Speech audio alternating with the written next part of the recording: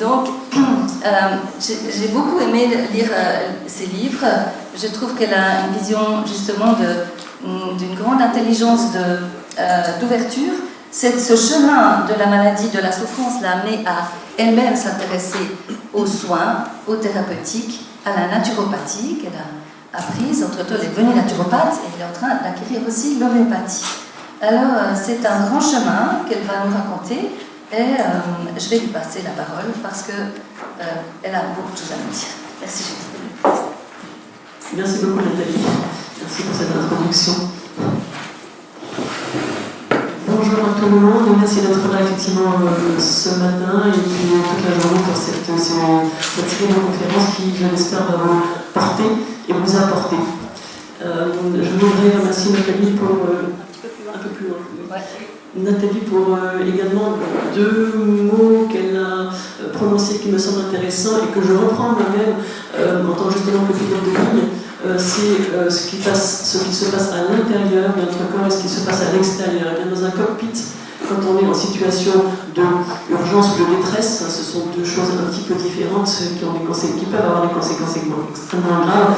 On s'occupe de notre environnement interne et externe. Et il faut aller chercher des informations à l'intérieur et à l'extérieur pour sortir de cette situation qui peut nous amener en 3 minutes 50 secondes au crash complet. Et dans ce crash, naturellement, le commandant de bord et son équipage vont y passer. Donc on n'a pas le droit à l'erreur, bien qu'on puisse faire bien évidemment des erreurs. On le sait très bien dans les formations en facteurs humains que nous faisons dans les compagnies aériennes. Donc cet environnement interne et externe, c'est celui que nous prenons au premier degré en compte dans notre travail de pilote. Et je pense que dans le cadre de ce que l'on appelle la maladie de Lyme ou le syndrome infectieux multisystémique, il faut que nous prenions en compte et l'intérieur et l'extérieur. Ça c'était très très bien présenté par Nathalie à l'instant. Et puis elle parlait de tour de piste. Alors pour un pilote, quand on parle de tour de piste, on est en plein dedans. Tour de piste, c'est le petit tour que nous faisons en décollant sur une piste. On va décoller, on va faire un tour qui ressemble à une sorte de rectangle, si on le met à plat et on revient se poser. C'est ce qu'on appelle un tour de piste. Et nous faisons donc notre tour de piste. Merci de venir le faire avec moi, nous faisons tous ensemble et c'est important d'avoir une cohésion et de travailler ensemble sur les projets. Je pense que nous manquons un petit peu aussi dans notre société très individualiste de ce partage qui est très très important. Il faut absolument travailler en équipe, pour ne pas dire en équipage. Alors revenons à la maladie de Lyme. Est-ce que vous voulez qu'on fasse un petit réglage du micro? Comme ça, il n'y a plus de vibration. Oui. C'est vous qui avez la console? Vous avez allumé ça? Non. Hein? Non, c'est le technicien de... Oui, mais c'est vous qui a l'appareil? Je ne sais pas où est l'appareil. Ça vous embête pas, je vous fais C'est une question C'est juste une question d'orientation. D'orientation. Si ça résonne trop, je peux mettre le micro plus loin aussi. C'est une question de... Je ne sais pas si vous m'entendez après au fond ou pas. Oui, je crois que c'est vraiment une question de distance, d'orientation même du micro. Ouais, ou même comme ça, si vous le mettez plus sur comme ça, elle n'aurait pas à s'inquiéter. Peut-être que ça peut aller. Peut-être. Est-ce que vous m'entendez au fond comme ça, c'est bien? Oui, c'est mieux. Bien. Allez, c'est super. C'est comme nous allons faire les réglages. On n'en sort pas. Voilà.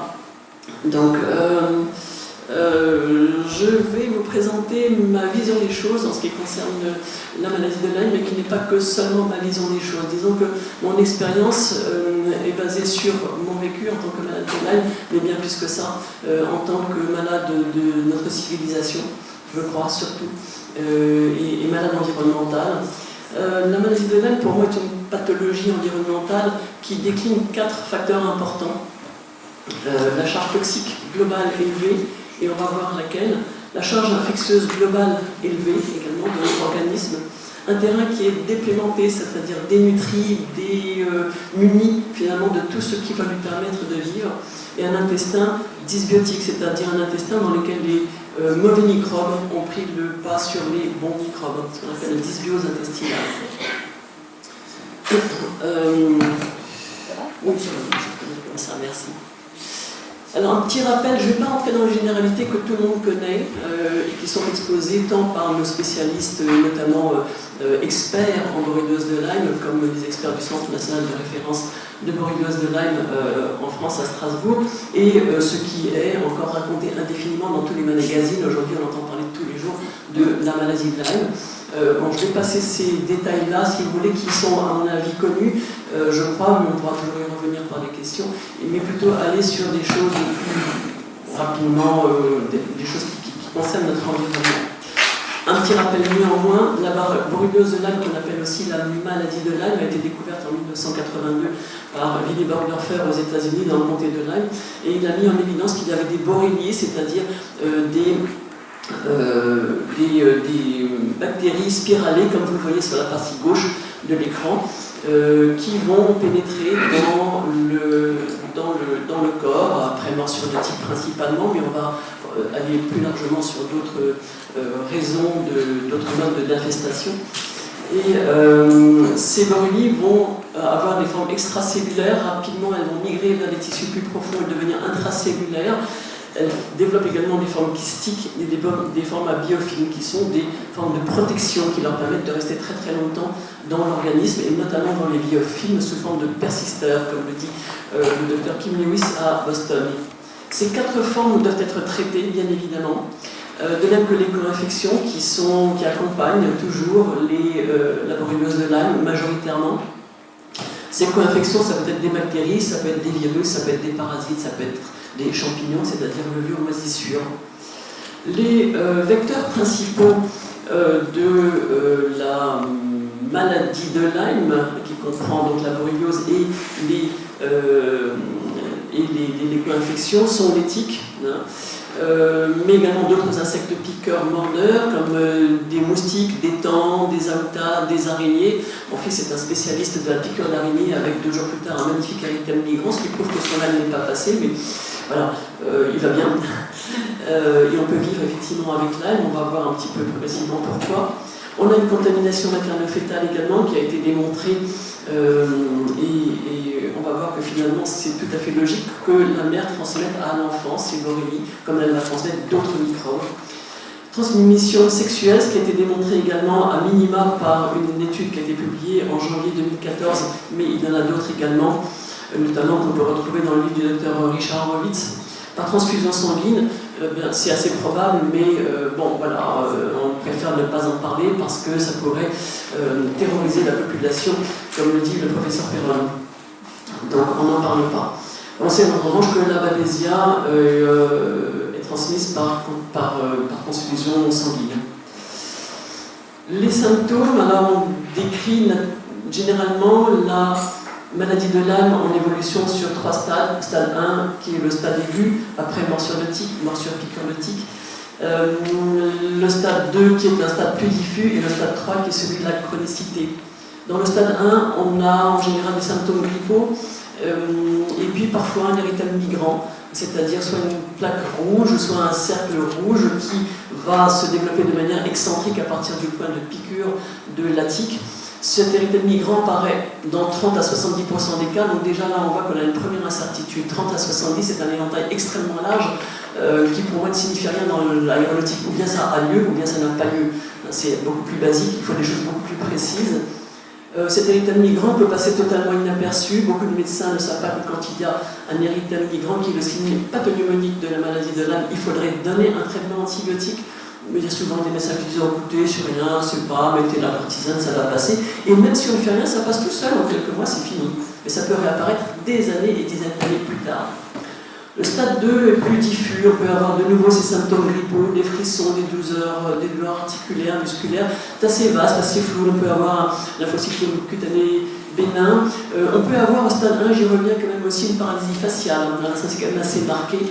Donc c'est vraiment les stades aigus et qui sont un peu caractéristiques. Et puis quand on arrive au stade 3 de la chronicité de la maladie, alors là on va entrer dans différents troubles qui sont inflammatoires, musculaires, rhumatismaux, cutanés et ou neurologiques divers.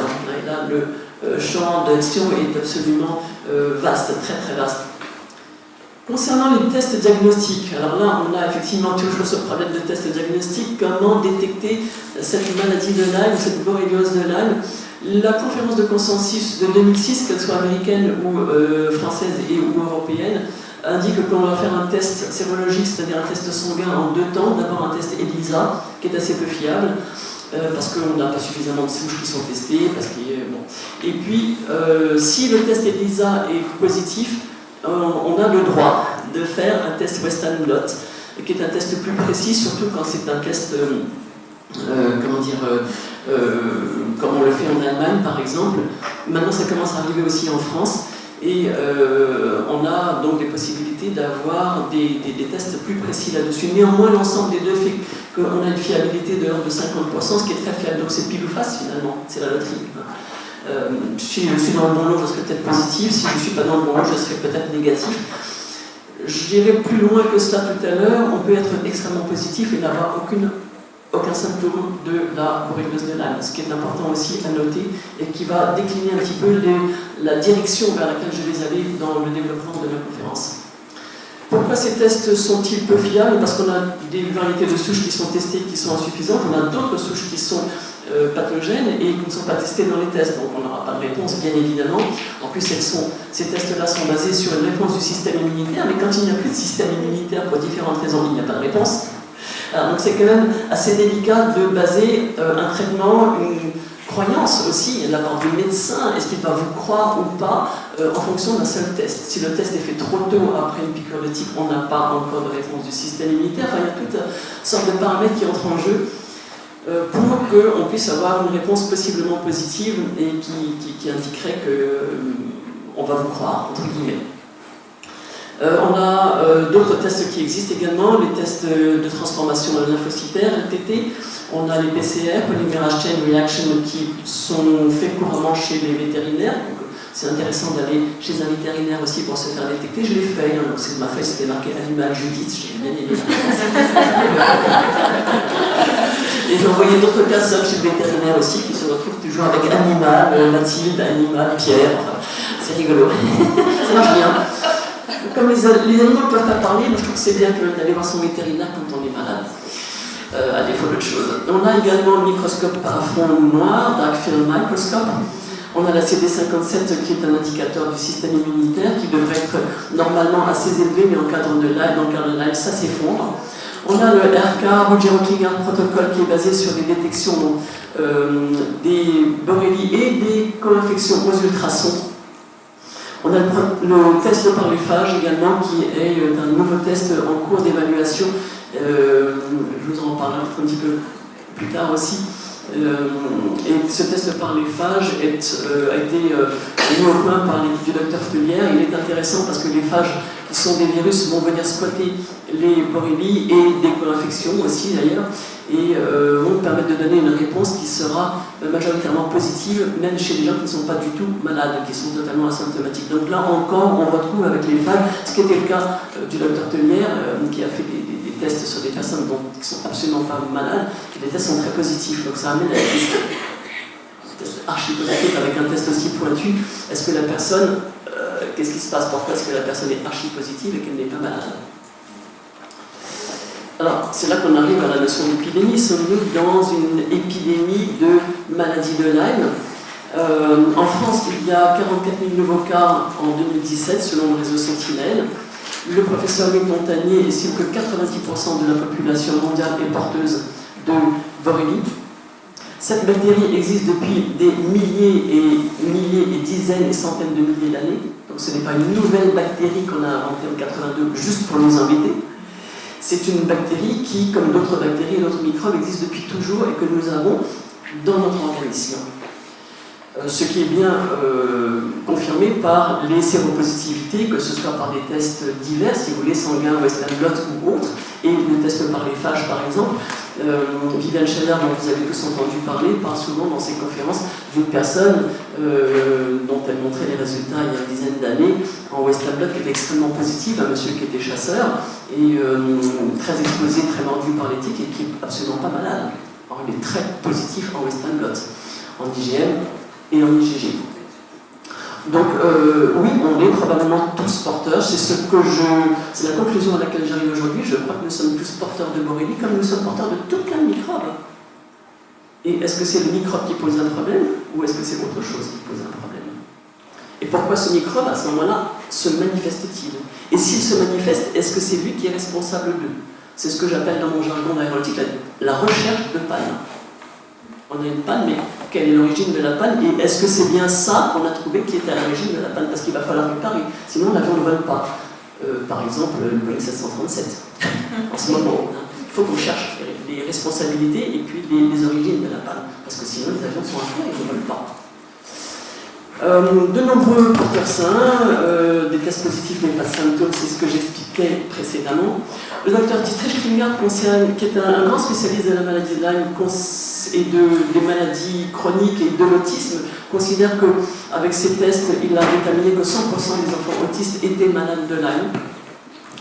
On découvre aujourd'hui que Lyme est souvent impliqué, ou présent en tout cas, dans des maladies chroniques, dans des maladies auto-immunes, dans des maladies cardiaques, ophtalmiques. Est-ce que c'est Lyme qui est responsable ou est-ce qu'il y a autre chose? J'en ai discuté avec une ophtalmo qui fait de la greffe de cornée à Toulouse, puisque j'habite dans cette région-là, et qui me dit, en fait, quand je regarde dans les yeux, il y a plein de borrélies, mais les gens ne sont pas malades de borréliose de Lyme. Donc, comment se situer dans tout ça? Est-ce qu'il faut parler d'épidémie? Est-ce qu'il faut générer une panique à ce sujet-là? Voilà, on découvre à mon avis la présence de cette bactérie dans de nombreuses maladies. C'est ce que définit d'ailleurs le docteur Horowitz dans son magnifique livre. Il a fait un travail extraordinaire à ce sujet-là, de mise en évidence qu'on a cette bactérie présente dans d'innombrables pathologies. Mais je crois que les humains sont en majorité porteurs sains depuis toujours et qu'on peut être encore porteur sain si tout va bien. Ce que disait Nathalie, ce n'est pas le microbe qui pose un problème, c'est le terrain. C'était Descamps, voilà, ces opposants à Pasteur qui disaient à l'époque ce n'est pas le microbe qui pose un problème, c'est le terrain. Et ce qu'aurait fini par concéder en effet Pasteur à la fin de sa vie. Épidémie, je reviens sur ce sujet-là, moi je voudrais quand même qu'on ait une réflexion, vous amener à une réflexion sur quelques exemples. L'homme de Cro-Magnon, dans son mode de vie, était forcément exposé aux tiques et aux autres insectes piqueurs morteurs, et ne mourrait pas d'épidémie, de maladie de Lyme. D'ailleurs, on ne serait pas là à en parler aujourd'hui, comme je disais tout à l'heure. Le cadavre aussi, plus récemment, 5300 ans, on savait qu'il avait une maladie de Lyme, on savait qu'il était intolérant au gluten, on savait qu'il était porteur de métaux lourds et on savait qu'il avait de l'athérosclérose.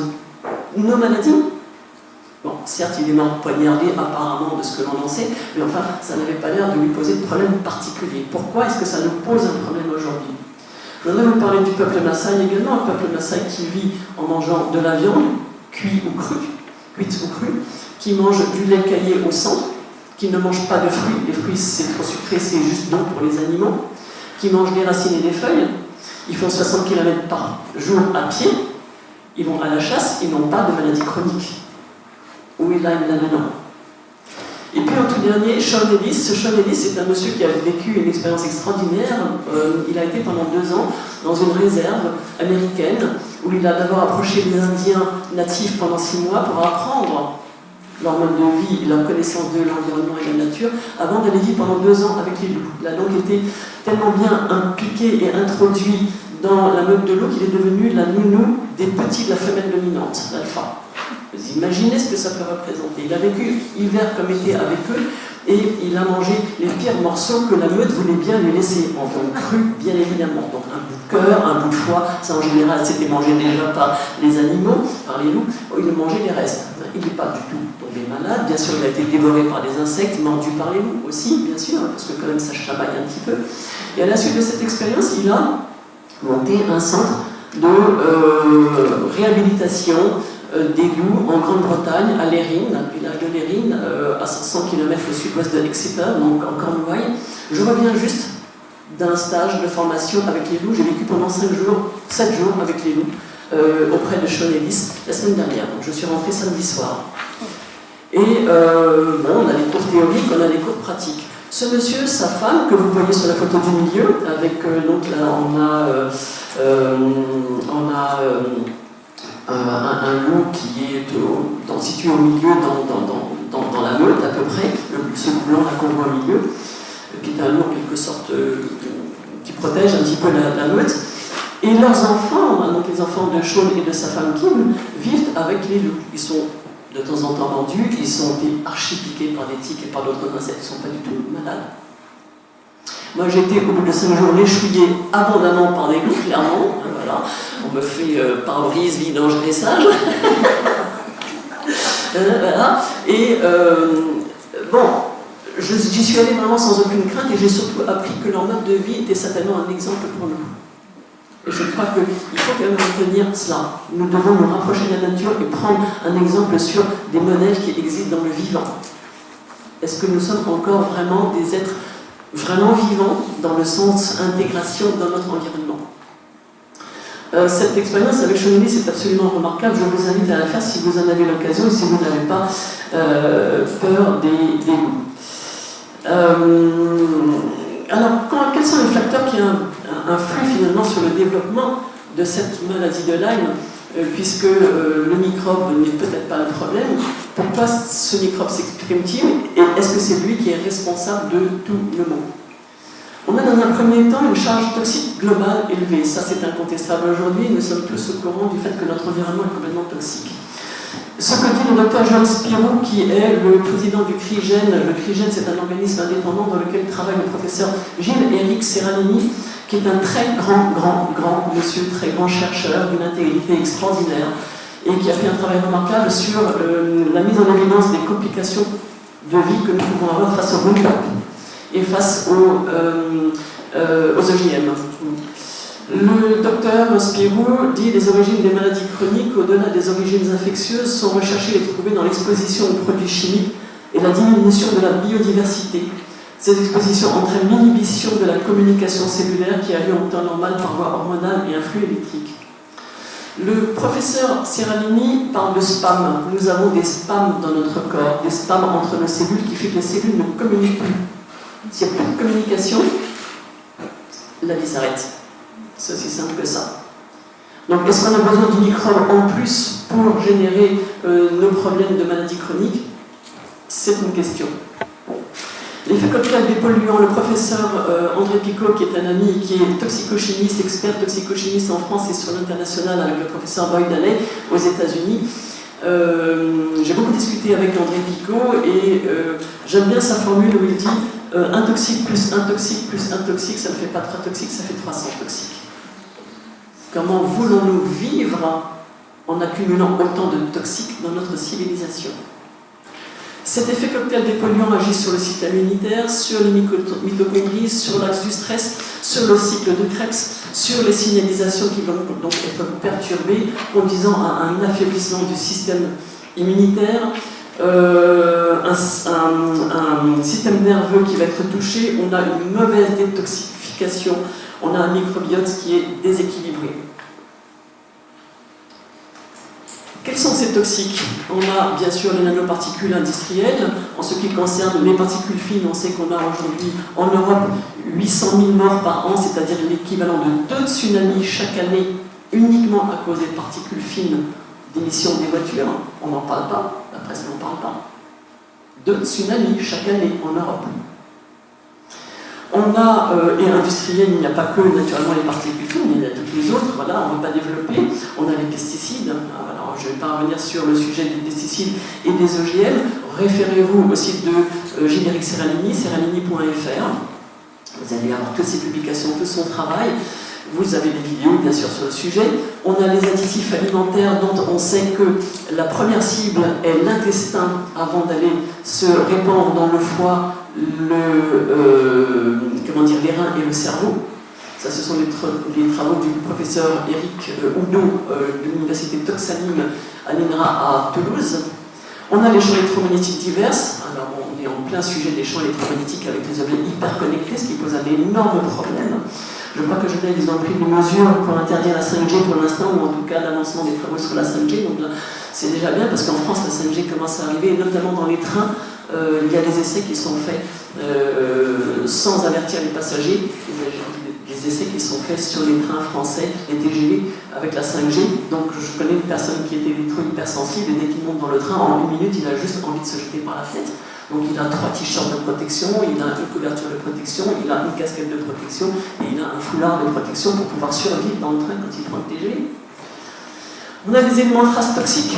Quels sont ces éléments de traces toxiques? Eh bien, d'abord, ceux qu'on a dans les amalgames dentaires. Moi, il m'a rien manqué, j'ai eu 20 amalgames dentaires. Ça fait 20 grammes de mercure en bouche. Ces amalgames dentaires qu'on appelle communément des plombages sont constitués d'environ 53% de mercure, ça fait 1 gramme. On a également autour de 32%, 35% d'argent et on a à peu près 12% d'étain et d'autres métaux également toxiques. Ces amalgames dentaires, ces métaux lourds toxiques vont être transmis en contamination maternelle-fétale dans un certain nombre de cas, c'est important, ce qui va être un cofacteur dans l'autisme, mais pas que dans l'autisme, bien évidemment.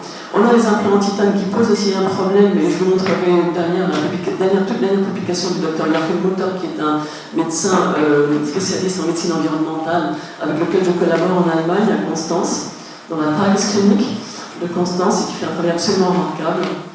On a des couronnes dentaires qui contiennent des alliages et des métaux toxiques qui ne sont pas directement en contact parce qu'on est couvert d'une substance blanche, donc on va dire bah, c'est magnifique, ça fait blanc, c'est joli, c'est des dents blancs. Et dedans, il y a aussi des métaux lourds, des métaux toxiques et on peut avoir des courants électriques finalement qui vont se générer entre une couronne qui contient certains métaux et d'autres couronnes qui contiennent d'autres métaux, et bien on va avoir un courant galvanique qui va être mauvais pour la santé également. Donc on a de multiples facteurs à ce niveau-là au niveau dentaire. Dans les vaccins actuels, je dis bien actuels, les vaccins adjuvés à l'aluminium encore en France et encore au mercure aussi aux États-Unis, il a été trouvé dans les travaux du professeur Stefano Montanari et son épouse, le professeur Gatti, des nanoparticules d'innombrables éléments traces toxiques. Ce qu'on appelle les éléments traces toxiques, c'est ce qu'on appelle parfois les métaux lourds. Ça doit avoir toutes sortes d'ennuis au professeur Montanari, notamment le retrait de son microscope. On trouve également des rétrovirus, 30% de virus et de rétrovirus dans les vaccins, différents pathogènes. Tout ça est démontré dans différentes études qu'on peut retrouver également dans les travaux du professeur Gherardi, Romain Gherardi, que j'ai beaucoup côtoyé il y a 2 ans et qui a fait un travail remarquable sur l'aluminium vaccinal et la myofascie et la macrophage. On retrouve également ces informations dans les travaux du professeur Christopher Exley, qui est un spécialiste de l'aluminium vaccinal et qui commence aussi à avoir des ennuis à l'heure actuellement. Et puis bien sûr, les travaux du docteur Wakefield, vous avez probablement tous vu, ou essayé de voir le film Vaxxed qui pose des problèmes et qu'on ne passe pas volontiers en France et certainement dans d'autres pays également. On a également dans la revue Nexus, que je vous ai mise en bas, enfin c'est marqué Nexus dessus sur le slide, la revue du mois de mars-avril 2019 est très édifiante, un dossier de 22 pages sur ce qu'il se passe avec les vaccins actuels. Je parle bien des vaccins actuels. Je ne discute pas du tout du vaccin en soi et de l'utilité du vaccin, c'est pas le sujet. C'est ce qu'on y trouve actuellement et qui va poser un problème dans les vaccinations. Le rapport parlementaire italien du 7 février 2018 également, dont vous avez probablement entendu parler, qui a été le fruit d'une étude de 18 ans sur des militaires italiens qui sont devenus très malades en maladie chronique et où ont généré des décès, démontre que dans les vaccins, on a 92 additifs et polluants divers et qui sont responsables de cette situation chez les militaires. Et ça a fait un tollé parce qu'on a dit mais notre armée italienne est en train de mourir. Donc c'est monté jusqu'au Conseil de l'Europe qui essaye d'étouffer l'affaire. Enfin, l'affaire elle existe quand même. On a des toxiques dans l'eau du robinet, dans les aliments, enfin on en a partout. Qu'est-ce qu'il va falloir faire? Donc il va falloir diminuer cette charge toxique globale, c'est la toute grande priorité. On est complètement spammé, entre guillemets, pour reprendre les propos de Générique Serralini. On a des spams partout, on est intoxiqué au dernier degré, nos cellules étouffent, nos mitochondries étouffent, ne peuvent plus fonctionner. Et si on prend les travaux du docteur Laurent Schwartz, spécialiste du cancer en France, qui a écrit deux livres récemment, il dit bien qu'on a un problème au niveau de la mitochondrie. Cette mitochondrie est complètement saturée et il faut la nettoyer. Alors qu'est-ce qu'on va faire pour nettoyer les mitochondries, nettoyer nos cellules et enlever l'espace? La première chose à faire, ça va être la nutrition. primum non nocere, nous disait le mot Hippocrate. Ensuite, que ton aliment soit ton médicament. Deuxième postulat. Et troisième, toutes les maladies commencent dans l'intestin. Ben, nous y voilà. Et ça reste absolument vrai. Si on garde ces trois postulats, on est en plein dedans. Comment pouvait-il savoir ça il y a si longtemps, sans tous les outils que nous avons aujourd'hui? C'est quand même très étonnant. Mais il avait raison. Donc la nutrition, ben, c'est déjà la toute grande solution pour nous débarrasser de cette charge, ou du moins diminuer la charge toxique globale. On va changer notre alimentation, on va manger des choses qui sont détoxifiantes, et notamment beaucoup de légumes, beaucoup de légumes, beaucoup de jus de légumes, beaucoup de choses qui contiennent du soufre, qui vont nous permettre de remettre en route des processus de détoxication. Le sélénium est très important aussi. Il faut qu'on fasse refonctionner notre corps, qu'on refabrique du glutathion, mais en attendant que ça fonctionne, on peut apporter des outils par des compléments alimentaires hautement dosés et de qualité. Attention, dans les compléments alimentaires, on a quand même beaucoup de mauvaises choses. Donc il faut vraiment bien enquêter et choisir des bons fournisseurs, des bons produits. Il faut leur poser des questions et il faut que les réponses correspondent à vos attentes. C'est vraiment un chemin, une enquête qu'il faut faire. On a dans la détoxication des métaux lourds, ce qu'on appelle les métaux lourds ou les éléments traces toxiques. On a le Toxic Metal Detox que j'ai utilisé personnellement avec beaucoup de bons résultats, très bons résultats même. On a le détoxique, on a le méthostop, on a l'éméramide qu'on appelle aussi Herminix, qui a été inventé par le professeur Boyd Haley en 2003, qui n'a pas reçu d'AMM aux États-Unis par la FDA, mais qui est aujourd'hui disponible sur des réseaux un petit peu réservés, on va dire. Et qui est une double bestiole qui vient chercher à minima le plomb, le cadmium et le mercure, le trio des toxiques, comme le dit le professeur André Picot. Ça vient chercher dans le cerveau, ce qui est quand même extraordinaire. Pour la première fois, on peut entrer dans le cerveau et dans la cellule pour détoxiquer plomb, cadmium, mercure avec l'Herminix. Ça coûte très cher, 262 € les 10 grammes, donc est-ce qu'il vaut mieux pas acheter finalement des plantes? Voilà. Je peux juste dire quelque chose. Je suis sur la piste de cet Herminix. En Suisse, le problème, c'est qu'on ne peut pas le faire venir sans demander l'autorisation du pharmacien cantonal et demandé par un médecin. Et l'envoi coûte 600 € parce que Herminix, c'est une cure de 14 jours qui coûte 600 € parce qu'Herminix, ils sont obligés de demander une assurance spéciale responsabilité civile professionnelle, vu que ce n'est pas encore homologué. Donc je suis sur cette piste-là, mais c'est hyper difficile de l'obtenir encore actuellement. Voilà, merci pour cette précision, Nathalie. Effectivement, c'est pas facile. Bon, il y a un réseau à travers l'atelier Rumuta où on peut s'en procurer beaucoup plus facilement. Voilà, mais le prix est là quand même, donc on pourra en discuter après. Après, bon, c'est quand même des réseaux un petit peu parallèles. Si vous voulez, c'est compliqué. Alors, Rumuta. Ça a été fabriqué par le docteur, inventé par le professeur Boyd Haley aux États-Unis, voilà. Et donc, Rumuta est en contact avec Boyd Haley, bien sûr, comme le professeur Picot. Et on a discuté il y a 2 ans. Et André Picot me disait, j'attends avec impatience l'Herminix parce que c'est l'outil qui va permettre de venir chercher, mais l'outil va venir chercher le plomb, cadmium, mercure, c'est-à-dire le trio des toxiques selon André Picot, dans le cerveau. Et là, on va vraiment pouvoir s'en débarrasser. Mais peut-être qu'on reprendra les questions après, si vous voulez bien, vous la notez et puis on la marque pour tout à l'heure. Allez, on va essayer d'avancer le plus vite possible. On a la chlorella extra pure, bien évidemment, qui doit être poussée sous le tube de verre. Sinon, la chlorella, par définition, comme c'est un capteur de métaux lourds, ça ne sert à rien. Donc, on va prendre de la chlorella poussée sous le tube de verre, les différentes marques qui existent.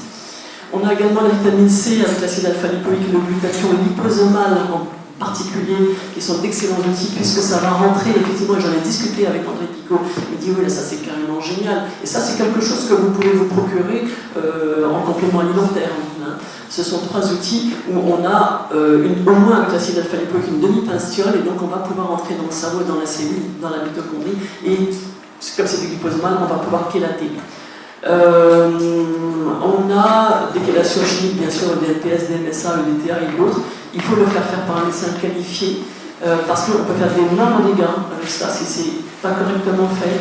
Le Rumuta a une procédure très particulière qui lui est propre, et c'est vrai qu'une chélation avec lui, c'est aussi remettre surtout des nutriments vitaux hautement dosés de qualité pendant et après la chélation.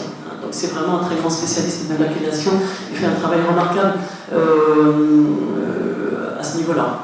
En homéopathie, on pourra utiliser également en 7CH Plumbum metallicum, Mercurius solubilis, Arsenicum album, Cadmium muriaticum, Alumina et Nicolaum metallicum, par exemple, si on est impacté par ces métaux lourds. Enfin, l'arsenic n'est pas un métal lourd, c'est un élément trace toxique.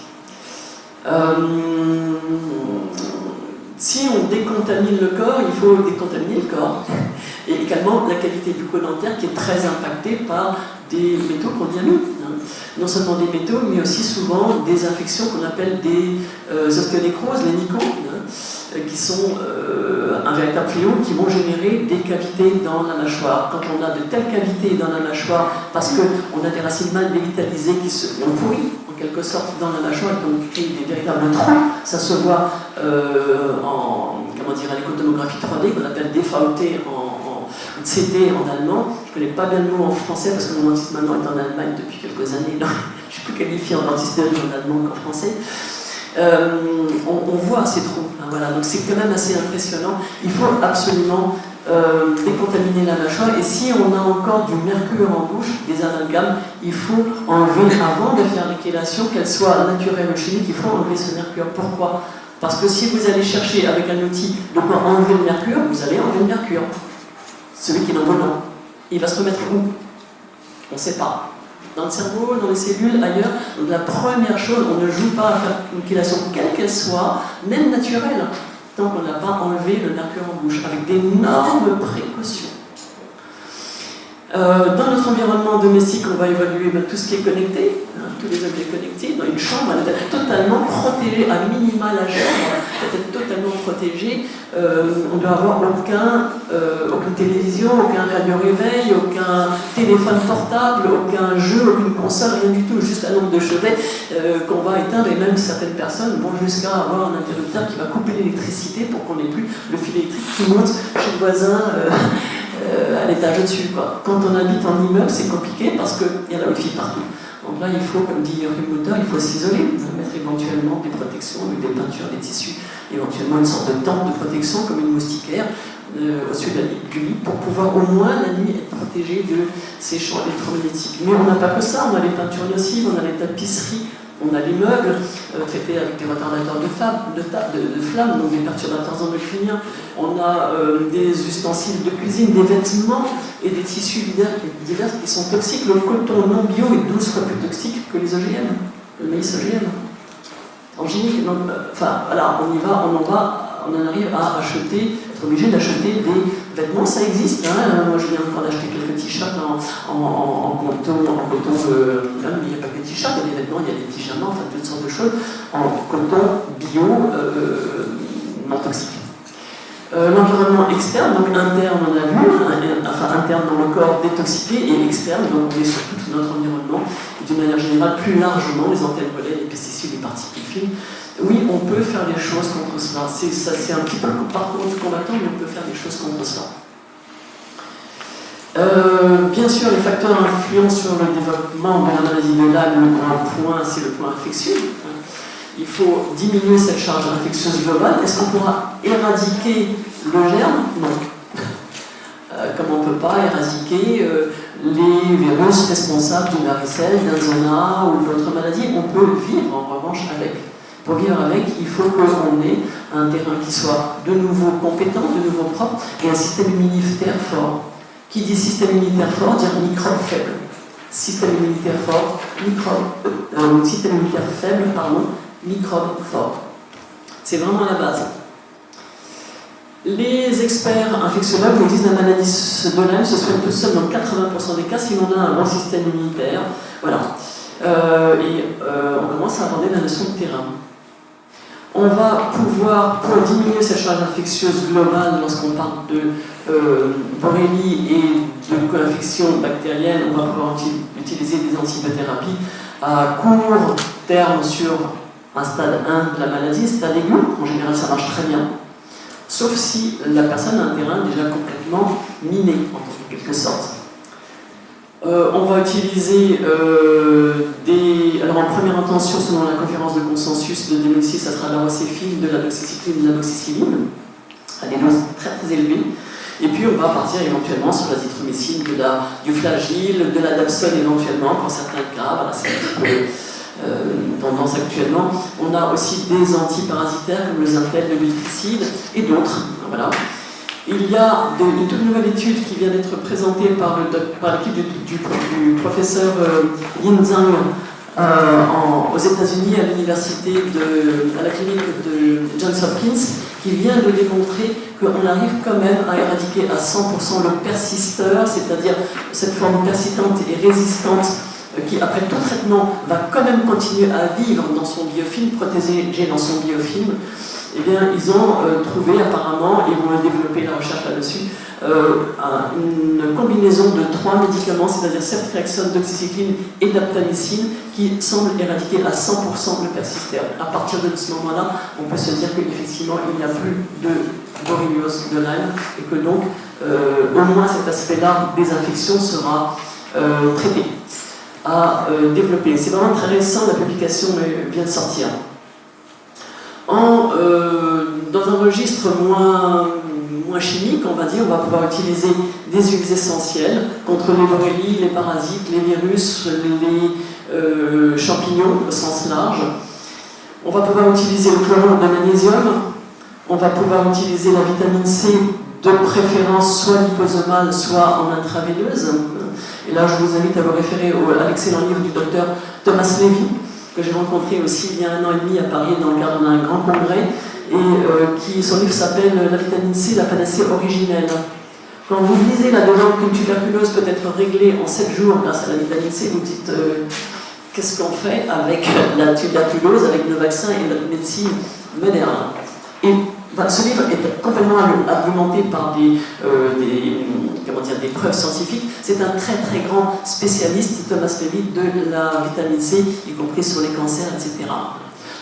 La vitamine C, il l'indique d'ailleurs bien dans son livre et dans ses conférences, la vitamine C va aussi booster l'effet des antibiotiques ou des traitements qu'on va prendre. Donc on ne va pas se priver de prendre de la vitamine C, surtout qu'on est tous très carencés, limite de score 8, nous disait un jour un présentateur à la télévision il y a 6 mois sur TF1 à 20h. Donc si même on le dit à la télévision, c'est qu'on est vraiment très carencé. Pour qu'un tel message puisse passer, c'est qu'on est vraiment très carencé. En homéopathie, on pourra utiliser Borrelia, et là il y aura un spécialiste qui vous en parlera cet après-midi. On pourra utiliser les isothérapies homéopathiques qui sont prélevées à partir des sécrétions corporelles du malade. Les isothérapies sont interdites en France, je ne sais pas si elles sont autorisées, je crois, en Suisse et en Allemagne. Oui, mais c'est zone grise. Zone grise, voilà. Alors chez nous, c'est zone noir foncé. Rouge. C'est interdit, ça ne veut pas dire que ça ne se fasse pas, hein, mais c'est compliqué, quoi. Voilà. Souvent, les gens vont... il faut prendre une goutte de sang, si vous voulez, et puis à partir de là, faire des dilutions, et faire son propre traitement. On peut le faire soi-même à la maison, c'est un peu compliqué, c'est un peu précis, mais sinon, demander de le faire à l'étranger, vous pourrez le faire en Suisse, en Allemagne, au Luxembourg, en Belgique, avec une ordonnance quand même d'un médecin. Ça marche très bien sur un bon nombre de malades, une grande majorité de malades. On a également ce qu'on appelle le MMS, un hypochlorite de sodium, très discuté, mais qui a donné de très bons résultats chez beaucoup de gens.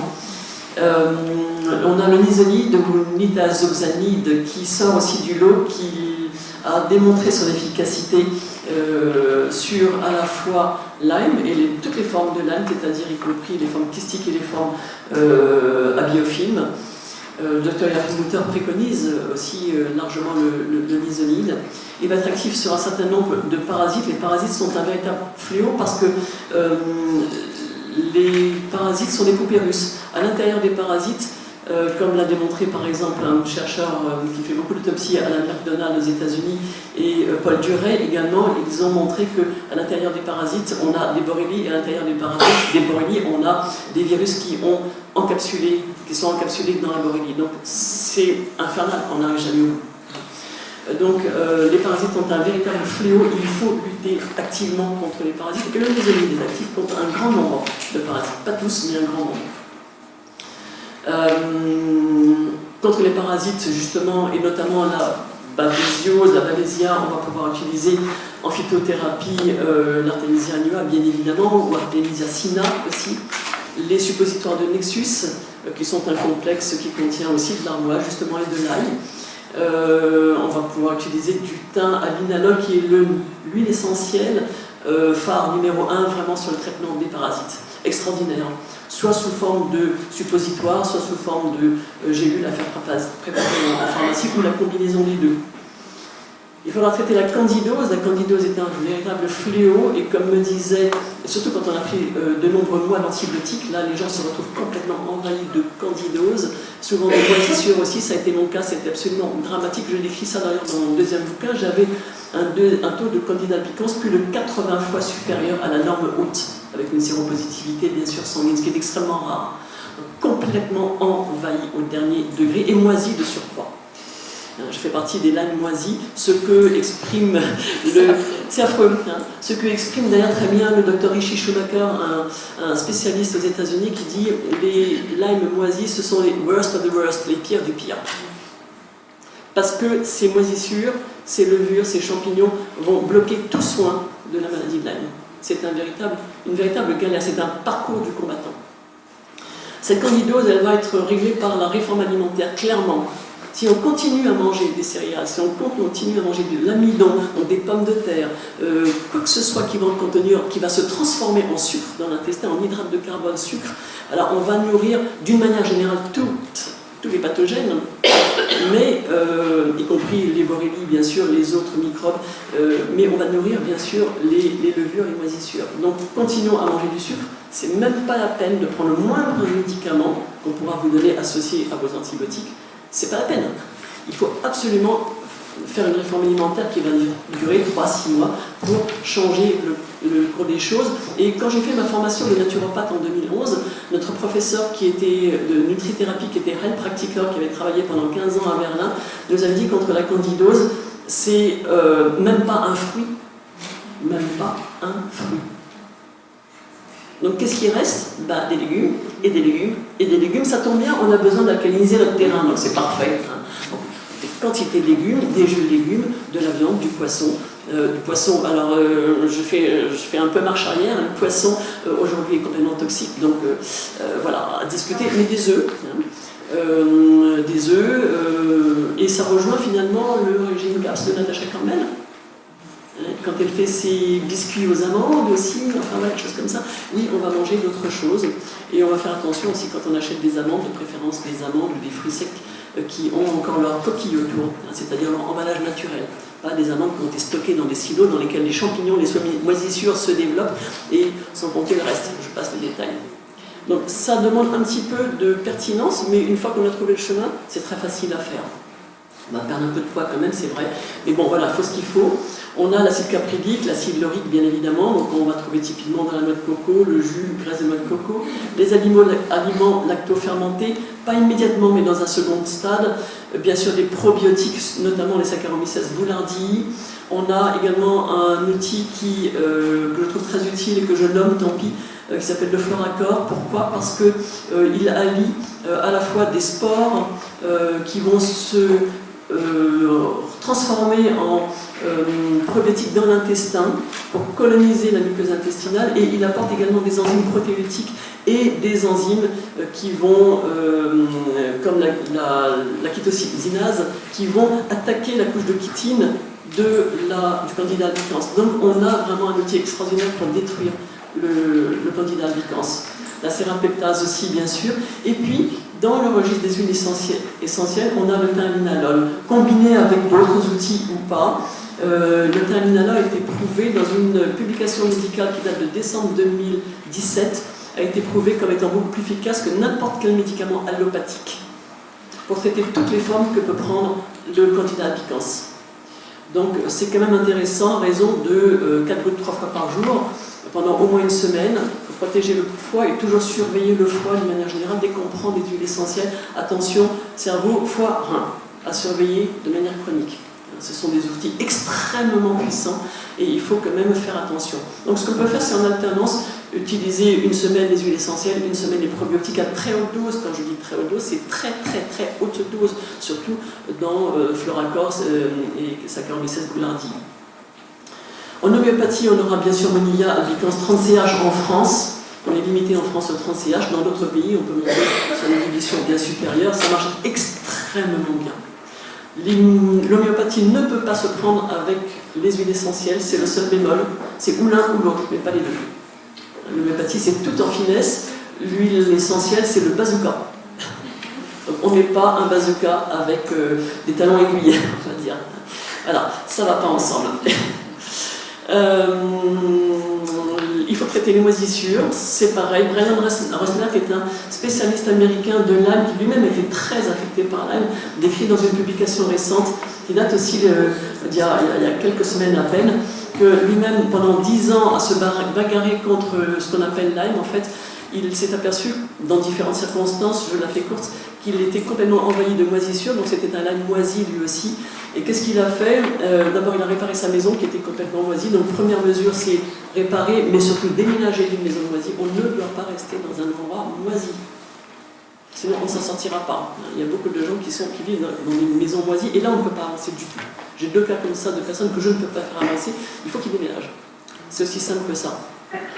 C'est même très compliqué, en fait. Et qu'est-ce qu'il a fait, Brian Rosner? Il a réparé sa maison, puis il l'a vendue. Il a acheté un motorhome, il est parti dans le désert du Nevada. Il s'est mis en quelque sorte sur une corde à linge avec 2 clips en haut, et il s'est mis à sécher. Et en très peu de temps, son Lyme a été réglé. 10 ans de dépenses et de combats pour rien. Son problème, c'était les moisissures. Il dit, je pense que le problème de Lyme, c'est les champignons. Et j'arrive à la même conclusion. Ce qui est quand même très étonnant. Facteur influence sur le développement de la maladie de Lyme. Le terrain déplémenté de ces nutriments vitaux, ben oui, on est complètement déplémenté, donc une fois de plus encore la nutrition. Réparer le terrain par la réforme alimentaire avec une nutrition adaptée. Quand vous allez manger des légumes, nous sommes quand même pas très loin de notre ancêtre Cro-Magnon, il y a quelques milliers d'années. L'homme de Cro-Magnon, il n'allait pas tous les 4 matins manger des aliments toxiques, il n'allait pas chez McDo non plus, il n'était pas connecté sur son ordinateur. Il mangeait quoi? Il mangeait le fruit de sa pêche et de sa chasse, il buvait de l'eau propre, pure, ça c'est aussi une gageure aujourd'hui, et puis il mangeait des baies, des feuilles, des racines. Donc il pouvait survivre à Lyme. Aujourd'hui, on mange n'importe quoi. On mange du carton, on mange même du plastique, parce que quand vous mangez du plastique, c'est pas la peine de demander à votre poissonnier qu'il vous mette un plastique du poisson. Autour du poisson, quand il vous le tend, le plastique est déjà dans le poisson. Tout va bien. Entre guillemets. On peut prendre des jus de légumes verts. Je rejoins vraiment le docteur Natasha Campbell, qui est une grande spécialiste des autistes et d'un grand nombre de malades chroniques. Je l'ai rencontrée également il y a 2 ans, 2 ans et demi. On a longuement discuté. C'est une femme remarquable qui a fait un travail absolument remarquable. Et je trouve que son régime GAPS est, pour moi et pour le nombre de malades, vraiment une clé qu'il faut absolument investiguer. Dans d'autres registres, en fonction des cas, on peut aller sur le régime signalé, le crudivorisme si on supporte, mais souvent sur un intestin douloureux, dysbiotique, on ne supporte pas les légumes crus, donc il faut quand même passer par les légumes cuits à la vapeur douce, les produits lacto-fermentés également. On va rechercher, pour refaire le terrain, on va rechercher plein de choses, mais notamment faire un bilan des acides gras, rechercher les électrolytes, qu'on appelle aussi oligo-éléments sur 100 total. On va faire aussi une recherche d'iode sur les urines de 24 heures. Vous ne pouvez pas imaginer le nombre de personnes qui sont en carence d'iode. Or, l'iode a un impact très important aussi sur la candidose. Pas bien sûr que sur le système hormonal. La thyroïde est notre chef d'orchestre, on va dire, au niveau hormonal. Quand on manque d'iode, on va se retrouver dans des situations, on va dire, thyroïdite Hashimoto, oui, mais pourquoi? Et l'intestin, comme dit Natasha Campbell, l'intestin a un rôle très important à jouer dans les thyroïdites. Important de faire cet examen-là, des vitamines de toutes sortes qu'on va chercher. On va souvent, en majorité, chez tout le monde pratiquement, trouver des carences très importantes en vitamine D3 et 1,25 OHD. Il faut les faire doser. J'en parle d'ailleurs dans mon livre aussi. Il faudra donc se supplémenter, au-delà de la nutrition, il faudra se supplémenter pour nutrir la cellule. On va apporter des vitamines dans les complexes de vitamine B notamment, mais encore des vitamines, des complexes qui soient bien conçus, qui n'aient pas du stéarate de magnésium autour, qui n'aient pas des... Voilà, enfin, il faut investiguer pour savoir comment sont constituées ces gélules que vous allez manger, est-ce qu'elles sont consommables ou pas. Et puis dans ces complexes de vitamine B, souvent, ou d'autres, hein, vous allez trouver des choses qui ne vont pas. Et dans le complexe de vitamine D, il faut bien regarder qu'on ait de la méthylcobalamine, non pas de la cyano- ou hydroxycobalamine, mais bien de la méthylcobalamine pour les gens qui ont des problèmes de méthylation avec le MTHFR. Sans rentrer dans les détails, on va prendre en B9 du 5-MTHF et non pas des simples folates. En B3, on va insister bien sur les nicotinamines. On peut faire en préparation magistrale dans votre pharmacie, vous leur demandez qu'ils vous fassent des capsules dosées à 500 mg de nicotinamide qui vont vous aider à refaire de la cellule souche et finalement donc, du tissu. Hein. Donc c'est important de penser à la nicotinamide. La vitamine C, comme j'en ai parlé tout à l'heure, la vitamine A, E, qu'on va souvent associer, de la vitamine D3, K2, qui sont souvent associées. Pourquoi la K2 ? Parce que la K2, si vous ne prenez que la D3, votre calcium va être mieux fixé, mais pas que dans les os, il va être aussi fixé dans les articulations. Donc vous risquez d'avoir de l'arthrose. Si vous prenez de la K2, le calcium va se fixer dans vos os, ce qui est quand même beaucoup plus intéressant. La K2 est fabriquée aussi par votre intestin, mais dans votre corps, mais c'est souvent insuffisant. On peut le doser, ça coûte assez cher le dosage. En général, il y a des bons complexes D3K2 que vous allez pouvoir trouver. Cherchez quand même à avoir des choses de qualité. On va prendre des acides aminés, L-carnitine, taurine, du collagène, alors à gogo, collagène pour refaire le tissu. Alors le collagène le plus simple à faire, c'est vous allez chez votre boucher bio, plus, hein, voilà, vraiment des animaux qui sont élevés dans le respect de ce qu'ils sont, hein, qui sont nourris au foin, à l'herbe. Ça existe de plus en plus. Il y a le label Déméter qui est vraiment le top du top. Hein, et bien, allez chercher sur Déméter.fr ou peut-être quelque chose ici. Mais Déméter.fr, ils sont basés chez nous en France à Colmar. Et vous allez sur le site et vous allez, selon votre département, trouver les producteurs de produits qui ont le label vraiment plus en bio. Et là, vous allez demander à votre boucher ou votre fournisseur de viande de Déméter, vous allez demander qu'il vous donne des os. Et avec ces os, ce qui nous intéresse, c'est pas la viande, c'est les os. C'est les articulations qui contiennent du collagène. Et quand vous allez faire votre bouillon d'os, comme on faisait autrefois, finalement, bon bouillon de pot-au-feu ou de queue de vache, de queue de bœuf, vous allez avoir un bouillon qui va être très gélatineux quand il aura refroidi. Vous pouvez le dégraisser partiellement ou complètement selon les goûts et les besoins. On a besoin de graisse aussi, y compris de graisse saturée. Voilà, ce qui va nous intéresser, c'est le collagène. Quand vous avez fait votre grande marmite de 3 litres, eh bien, vous allez pouvoir congeler dans des bouteilles en verre capsulées, vous allez congeler votre bouillon de collagène, et dans des mugs également, je dis dans mon bouquin, mettez-le dans des mugs, mettez au congélateur, et vous en sortez un, vous avez votre instant détox, parce que ça va vous aider aussi à détoxifier ces bouillons. Vous allez avoir un bouillon bien fait, c'est une merveille de la nature, ça ne coûte rien, puisque le boucher il va se débarrasser de ses os, donc faites content de vous les donner, enfin pas ses os à lui, des os des bêtes qu'il a travaillé. Les minéraux, bien évidemment, alors on est tous complètement carencés en minéraux, je vais vous le montrer sur un document un peu plus loin. Les oméga 3 également, on a beaucoup de besoin d'oméga 3, anti-inflammatoire, mais également qui va améliorer la perméabilité intra-extracellulaire. Si vous voulez avoir les échanges, il faut encore que ce soit perméable. On a un mur, on a déjà les spams, enfin voilà, donc entre nos cellules, il faut améliorer cette perméabilité dans le membranaire. Autre facteur, dernier facteur influent sur le développement de la maladie de Lyme, notre intestin, notre fameux intestin. Julia Enders a écrit il y a quelques années un livre extraordinaire qui s'appelle Le champ discret de l'intestin, traduit dans je ne sais pas combien de langues, je crois 32 langues, vendu à des millions d'exemplaires. Et cet organe mal-aimé, comme elle l'appelle, est le lieu, effectivement, comme le disait Hippocrate, du départ de la maladie. On a tous des intestins totalement percés. Des intestins dysbiotiques, poreux, et à terme, à un moment donné, il se passe quelque chose. Forcément, ça ne va pas pouvoir continuer comme ça, parce que cette porosité va laisser passer des microbes ou des neurotoxines qui vont, par le flux sanguin continu monter au cerveau et qui vont créer des troubles. Est-ce que c'est dû à l'âme? C'est même pas sûr du tout. quels sont ces neurotoxines, quels sont ces microbes.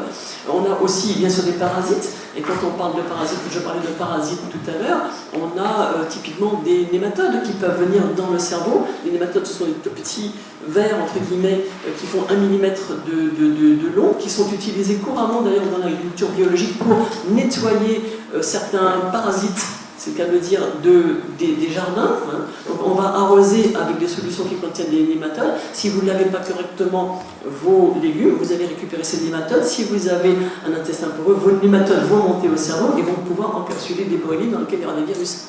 Donc, on a besoin de ces nématodes, oui, mais on a surtout besoin de refaire la barrière intestinale. Et c'est là que GAPS intervient, à mon avis. Nos erreurs nutritionnelles et de civilisation, nos toxiques environnementaux vont faire qu'on va avoir une prolifération de pathogènes et un affaiblissement du système immunitaire. Dans le cadre du cancer, l'INSERM en France a confirmé qu'effectivement les gens qui sont traités classiquement, conventionnellement pour le cancer ont de bons résultats quand ils ont un intestin, un microbiote intègre. Qui aujourd'hui a encore un microbiote intègre? Voilà, on va chercher aussi les parasites, les intolérances alimentaires, l'histamine. Vous apprendrez dans le livre du docteur Thomas Levy sur la vitamine C, que j'ai cité précédemment, que la vitamine C vous fait chuter les taux d'histamine d'une manière extraordinaire. Donc on a un moyen de lutter contre les problèmes qui ont des taux d'histamine élevés. Lisez ce livre, c'est une bible. Thomas Levy, la panacée universelle, la vitamine C. Extraordinaire. Gros bouquin, mais à mon avis très compréhensible quand même. Je pense que c'est compréhensible à peu près par tout lecteur. Pour réparer l'intestin, une fois encore, la réforme alimentaire, décidément, on n'en sort pas de cette alimentation, elle fait tout cette alimentation et elle change notre vie. On va prendre des aliments nus et crus qui sont cuisinés maison. Que veut dire nu et cru? C'est-à-dire vous achetez un poireau, vous achetez un lapin, vous achetez une carotte, vous achetez ce que dont vous avez besoin, les aliments sans étiquette. Donc vous n'avez pas besoin de lire les étiquettes pour savoir ce qu'il y a dedans. Alors, on achète un aliment sans étiquette comme on faisait il y a 50 ans, enfin encore aujourd'hui au marché, quand on va au marché, mais voilà, le problème c'est les toxiques, après comment ça a été poussé, sur quelle terre, 80% des terres sont imbibées de Roundup selon le professeur Serralini, donc ça reste quand même compliqué, d'où l'intérêt de prendre vraiment des légumes poussés en biodynamie, en permaculture par exemple, en bio. Et on va cuisiner maison. On va utiliser des bonnes huiles vierges première pression à froid. Hein. Également des graisses, on en a besoin, de graisse saturée, une bonne graisse d'oie, ça fait du bien aussi, on en a besoin. On va essayer de ne pas consommer de toxiques. Donc on va choisir une alimentation bio non transformée, peu de poissons. Pourquoi? Parce que les poissons de mer contiennent beaucoup de mercure, maintenant des plastiques, comme je l'évoquais tout à l'heure, et puis aussi de l'aluminium pour différentes raisons. Les poissons de lac contiennent d'autres toxiques, comme l'exprime très bien le docteur Virginie Mouter encore, et aussi le professeur Picot, entre autres arsenic. On va essayer de boire de l'eau pure. Alors on peut aussi trouver des systèmes de filtration efficients, et puis une fois que c'est filtré, remettre du plasma de Quinton propre aussi dedans pour reminéraliser cette eau et puis dynamiser cette eau dans des grandes carafes qu'on appelle des ovariums par exemple, ce qui va permettre de générer un vortex qui va redynamiser l'eau. Donc on a des solutions pour boire de l'eau pure. Il va falloir même pas nourrir les pathogènes avec des sucres et des amidons, comme je le disais précédemment, si on continue à manger des desserts, des fruits aussi, en quantité. D'ailleurs, Natacha Campbell en parle dans son livre en disant les fruits, dans un premier temps pour les autistes, voilà, le minimum de chez minimum. Surtout quand on est complètement affecté par le candidat albicans et les moisissures. Donc tout ça c'est à réfléchir, ne pas nourrir les pathogènes, se supplémenter en glutamine pour refaire la paroi intestinale, 500 mg matin, midi et soir. Pas plus parce que sinon ça fait du glutamate qui va être toxique, donc c'est pas la peine de forcer quand on vous dit 10 g par jour, non certainement pas. 500 mg matin, midi et soir. Du collagène, j'en ai longuement parlé tout à l'heure, de la vitamine D et du zinc, très important pour refaire la paroi intestinale et refaire l'immunité. Des probiotiques bien choisis, de qualité, hautement dosés, des aliments lacto-fermentés dès qu'on peut le réintroduire avec des yaourts longue fermentation. Ça, je fais ça à la maison, c'est une tuerie, c'est absolument délicieux. La recette de Natacha Campbell encore, décidément, j'arrive pas à la nommer. le kéfir, la choucroute, en fonction de ce que l'on peut supporter de l'histamine et en fonction des moisissures. Les gens très moisis ne supportent pas ni le kéfir, ni la choucroute. Il faut attendre vraiment que le niveau de moisissure diminue. Et puis faire des lavements aussi. Natacha Campbell et d'autres médecins, Murphy Winter et d'autres préconisent vraiment les lavements qui vont permettre de nettoyer cet intestin qui est un bouillon de culture finalement et dans lesquels des pathogènes morts vont résider, générant les mêmes problèmes avec toutes sortes de toxines. Et puis enlever tout ce qui est parasites et microbes vivants aussi. Voilà, donc régulièrement, régulièrement Natacha Campbell, ça sera 1 par jour, d'autres ce sera 1 par semaine, à moduler en fonction de ça chacun et ce que l'on peut faire. Vous voulez bien garder la question pour tout à l'heure, vous la notez? Ok, merci. Voilà, j'essaie d'accélérer un petit peu pour qu'on ait encore un petit peu de temps. Il faut considérer aussi le psychisme, c'est important. Beaucoup de malades de Lyme tombent malades après un choc psychique très important. Qu'est-ce que ça veut dire? À mon avis, et nous en discutions tout à l'heure avant la conférence avec quelques personnes, moi je suis tombée malade après qu'il se soit passé ça dans ma vie, de très grave. Et beaucoup de malades, alors il y a le facteur stress, bien évidemment, très important, stress au travail avec le patron qui est méchant, etc., enfin les collègues qui vous font voilà, toutes sortes de problèmes. On a les problèmes familiaux, on a les problèmes de la vie courante, mais l'homme de Cro-Magnon aussi avait des problèmes de stress, c'était pas les mêmes, mais lui c'était la survie, c'est-à-dire entre le copain de Cro-Magnon qui voulait lui piquer peut-être le silex pour faire du feu, ou peut-être une bête qu'il avait tuée, et puis de toute façon aller au-devant de bêtes qu'il fallait tuer. Je pense qu'au niveau stress, ça devait bien fonctionner aussi. Mais quand même, il faut le prendre en compte et souvent peut-être se poser des questions. Nous sommes un équilibre physique, énergétique et psychique. Est-ce que nous sommes toujours dans cet équilibre? Et qu'est-ce que nous pouvons faire si nous n'y sommes pas pour y revenir? Si vous prenez une Clémentine qui a un quartier qui est démesuré en poids et en taille par rapport aux autres quartiers de Clémentine, votre Clémentine, elle va basculer du côté le plus lourd. Elle va basculer. Est-ce que nous ne basculons pas? Et c'est peut-être là aussi qu'on doit chercher au plus profond de nous-mêmes des raisons de déclenchement de ce qu'on appelle la maladie de Lyme, dont on ne sait pas finalement si c'est Lyme qui est un problème et qui est le problème, mais il y a tout le reste, il y a tous ces microbes que nous avons en nous et qui se mettent ensemble pour créer une maladie extrêmement chronique. Souvent, quand je parle de tout ceci, naturellement je parle de la chronicité, mais également extrêmement lourde à porter.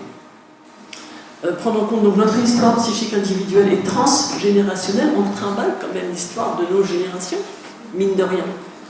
On a les blessures de l'âme qui sont très importantes et qu'il faut travailler, sur lesquelles il faut travailler. On peut faire de la méditation, on peut avoir un recours à un psychologue, on peut y réfléchir, on peut utiliser des thérapies quantiques.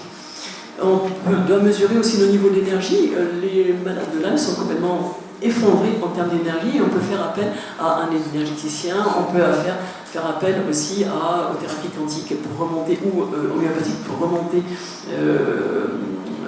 nos niveaux d'énergie. Et puis essayer de garder une pensée positive. Si la pensée positive, c'est celle qui nous porte, c'est-à-dire qu'à partir du moment où un événement négatif, vous arrivez à le transformer en positif, là, vous allez toujours avancer, vous allez toujours progresser. Si on se complaît, entre guillemets, malheureusement, pour certains ça n'est pas possible, mais dans la maladie, on dit « Ah, j'en peux plus, ah, je suis malade, ah, c'est terrible, il me faut un docteur qui va me donner la pilule magique », ça ne marche pas comme ça. Il faut effectivement se réjouir de Trois-Floriens, le magnifique ciel bleu que nous avons hier, avec la vue sur le lac qui est absolument splendide, avec un voilier qui passe, avec une personne qui passe en souriant, en promenant son chien. C'est tellement beau de se dire mais il y a des gens qui sont heureux, il y a une nature qui est si belle, la nature nous donne tellement de raisons d'être souriants et optimistes. Une abeille qui va butiner une fleur, un changement que nous allons apporter dans notre maison, dans notre vie. Enfin, il y a tout est positif, même avoir la maladie de Lyme, parce que ça nous oblige à grandir. Et donc il ne faut pas considérer ça comme un fléau, il faut considérer ça comme un événement que nous devons vivre peut-être pour nous rendre compte que notre mode de vie et notre civilisation n'est peut-être pas approprié à la vie. Nous ne sommes plus dans le domaine du vivant.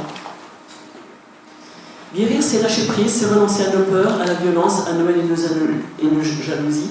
C'est aussi s'accepter. Je crois. Je vais vous montrer pour finir deux tableaux qui sont des exemples de chélation des éléments traces toxiques. Ça me concerne, c'est un tableau d'étude que j'ai fait sur 2 ans. Je continue à la faire, j'ai d'autres résultats aujourd'hui, mais j'ai eu les résultats la semaine dernière en Grande-Bretagne, dans ma zone blanche, donc j'ai pas eu le temps de les introduire, mais c'est quand même intéressant au niveau de la réflexion, et c'est un petit peu ce que j'attendais. Éléments traces toxiques, j'avais dosé, donc j'ai fait quelques chélations d'NPS pour faire plutôt des mobilisations en fait, par voie veineuse, pour mobiliser les éléments traces toxiques et essayer de voir un petit peu ce qui se passait. Et quand j'ai vu les premiers résultats, là, si vous voyez sur le tableau, on a à gauche, ici, donc peut-être... Jody, là. Oui, avec le pointeur, voilà. Ok, merci. Je vais pas me mettre... Est-ce que vous voyez? Vous voyez ici, ça va. Voilà. On a ici... non, je ne suis pas dessus, je suis sur le rouge. Voilà. C'est même pas celui-ci, c'est celui-là. Voilà. Le rouge. Oui, voilà. Le petit rouge. Voilà, j'y arrive. Voilà. Ici, j'avais dosé donc l'aluminium, l'argent, l'arsenic, le cadmium, l'étain, le mercure, le nickel et le plomb. J'ai commencé mon premier dosage en janvier 2016. Je l'ai redosé en juillet 2016. Je l'ai redosé en janvier 2017. Je l'ai redosé en juillet 2017 et je l'ai redosé en janvier 2018. Donc tous les 6 mois pendant 2 ans. En aluminium, l'aluminium ne peut pas être mobilisé par le DNPS. Je n'en parle pas, je dis joker sur ce coup-là. L'argent, en revanche, j'avais le taux, ici la norme, ici en microgrammes par gramme de créatinine, microgrammes d'éléments traces toxiques par gramme de créatinine. Le seuil est donné par Microtrace Minérale en Allemagne, qui est donné à 1,4, j'étais à 2,1. Donc j'avais un petit peu d'argent. Argent colloïdal, argent dans les dents, etc. L'arsenic, donc ça c'est sûr, je regarde un petit peu le tableau ici, qu'on retrouve sous forme de graphique ici, j'ai mis sous forme de graphique. Les normes sont là ici et elles se trouvent sur la partie droite, ici la plus basse, sont les normes en fait à chaque fois, mais c'est peut-être moins visible sur le graphique. L'arsenic, le seuil est à 15, j'étais à 155. Je suis bien arseniqué. J'ai demandé d'ailleurs quand j'ai reçu les résultats, j'ai demandé à mon mari ce qu'il mettait dans la soupe du soir. Arsenic et vieille dentelle, vous savez, tout ce que ça.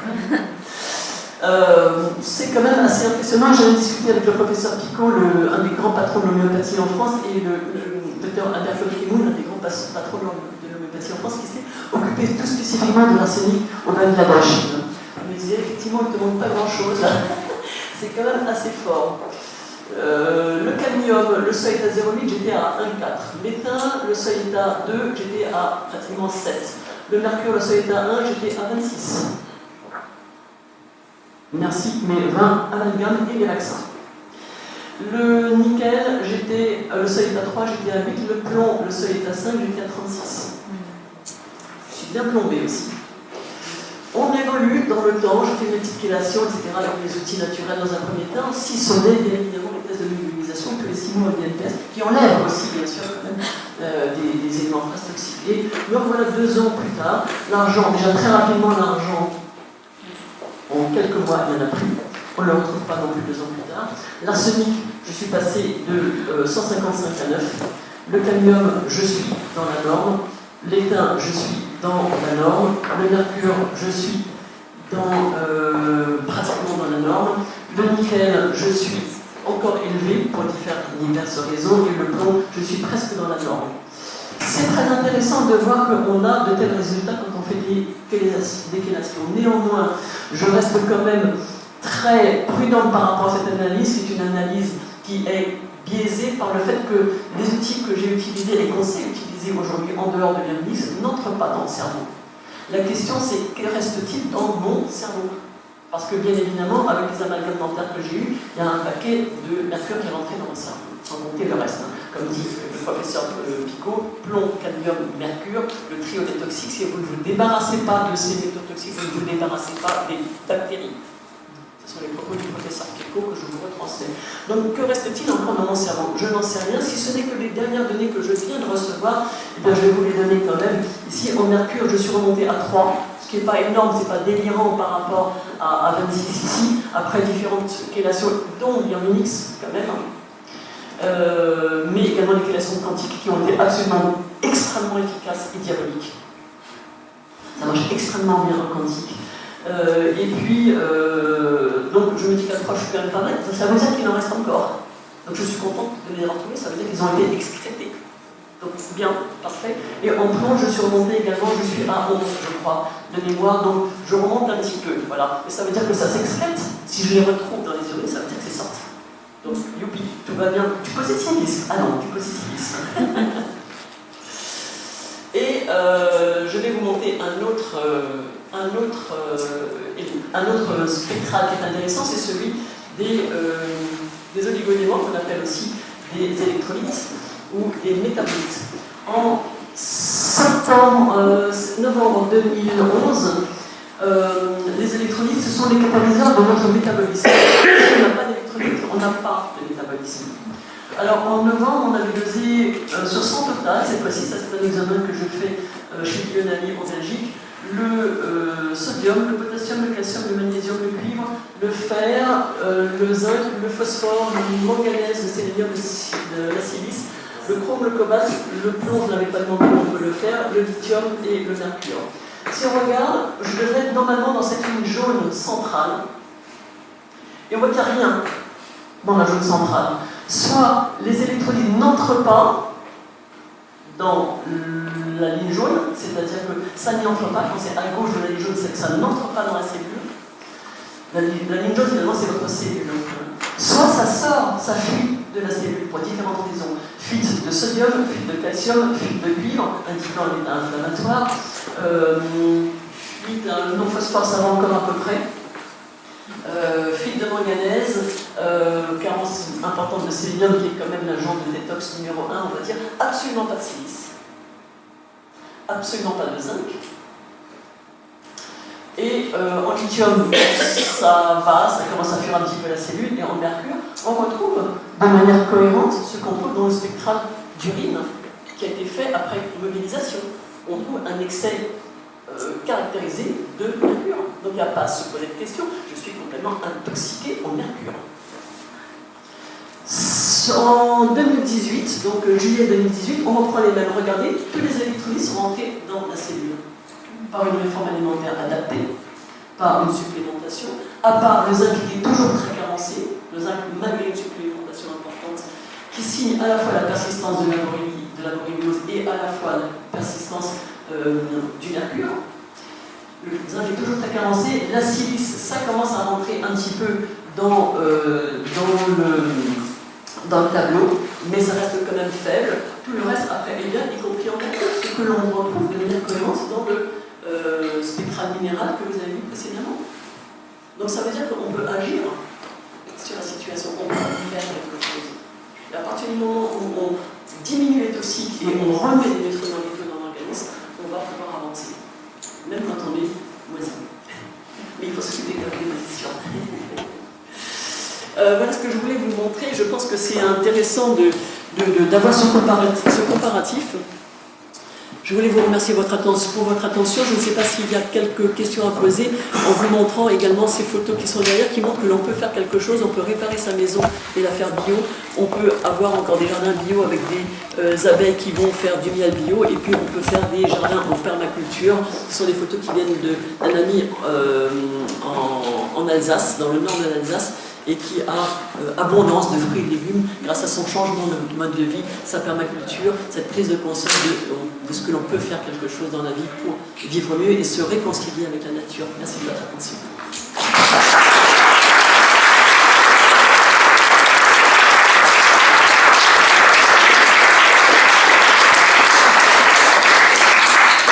Merci infiniment à Judith Alberta.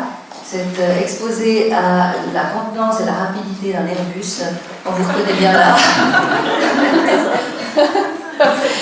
Effectivement, une telle concentration de données nécessite d'y revenir tranquillement. Peut-être qu'effectivement, avec notre fameux CD, vous pourriez reprendre ça à votre rythme, parce qu'il y a un nombre d'informations exceptionnellement concentrées.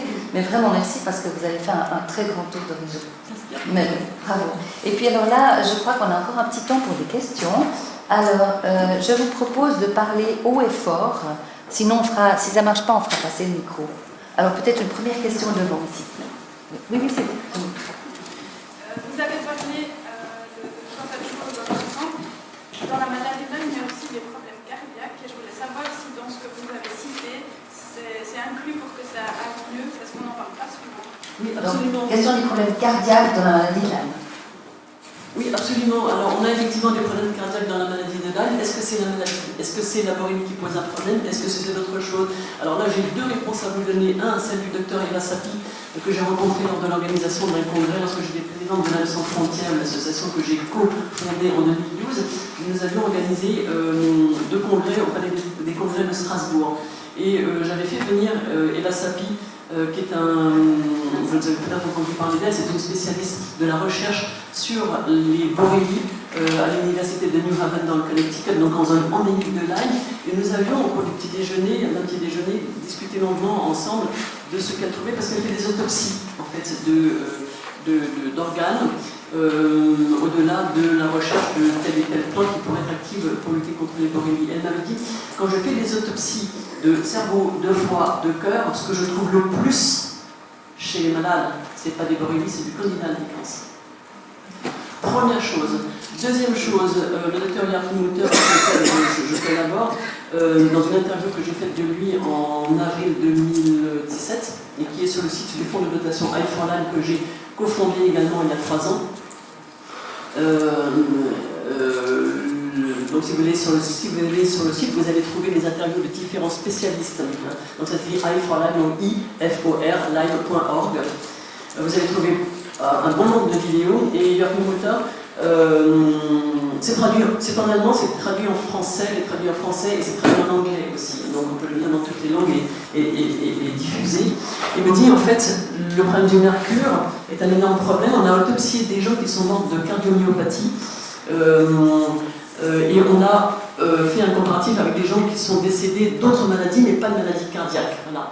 Et on s'est rendu compte que dans les maladies cardiaques, les gens qui étaient morts de cardiomyopathie, il y avait 22 000 fois plus de mercure dans leur cœur que dans les gens qui sont morts d'une autre maladie. Donc on a un problème avec le mercure et le Candida albicans. Or, il se trouve que le Candida albicans se sert du mercure pour se développer et se maintenir. Donc là, on a fait le lien. Ça ne veut pas dire qu'il n'y a pas des borélies, et ça ne veut pas dire qu'elles ne soient pas impliquées, mais il faut dépasser le stade de la borélie. Il faut chercher de ce côté-là. Donc si on fait un traitement global, à travers ce que j'ai indiqué, si vous voulez, on va résoudre à un moment donné le problème, probablement, j'espère en tout cas, le problème cardiaque. Je l'espère. Voilà, je ne peux pas l'affirmer, mais je pense qu'on va en tout cas sur un chemin où normalement on devrait effectivement pouvoir apporter. Excusez-moi Judith, comment est-ce qu'on écrit I for Lyme? I for F-O-L. Donc I, il n'y a pas one for Lyme. Non, voilà. C'est C'est l'abréviation de International Fund for Research on Lyme Disease, donc Fonds international de recherche sur la maladie de Lyme. Et puis c'est tout lié. C'est tout lié, voilà. Ah oui, d'accord, ok, excusez-moi. Alors I for Lyme, hein, d'accord. Tout lié, Ça, merci c'est beaucoup. Merci Nathalie. Et le fonds de dotation Eye for Lyme vient de valider, on a plusieurs médecins et professeurs dans le conseil scientifique, vient de valider la recherche de 3 projets. C'est le premier fonds de dotation en France qui existe sur la recherche sur la maladie de Lyme, et c'est la première fois que des 3 projets de recherche vont être financés, totalement autofinancés par les donateurs pour essayer de comprendre ce qu'est la maladie de Lyme dans son contexte environnemental. Et donc il y a 3 projets magnifiques, un proposé par Eye for Lyme, purement maison interne, on va dire, un proposé par le Dr Louis Tellière sur les phages et le test par les phages. Et puis le 3e, c'est un test proposé, une recherche proposée par le professeur Jérôme Mottier à Henri Mondor sur le lien entre myofasciite à macrophage et aluminium vaccinal et Lyme. Donc 3 projets qui sont entièrement autofinancés, ce qui est quand même unique, ce qui est une grande première. Alors, une autre question, on y va. Alors, Hélène? On parle beaucoup de l'argent colloïdal, surtout de la maladie de Lyme, et dans le tableau, je viens de voir que vous en avez trop, donc comment vous pouvez le positionner?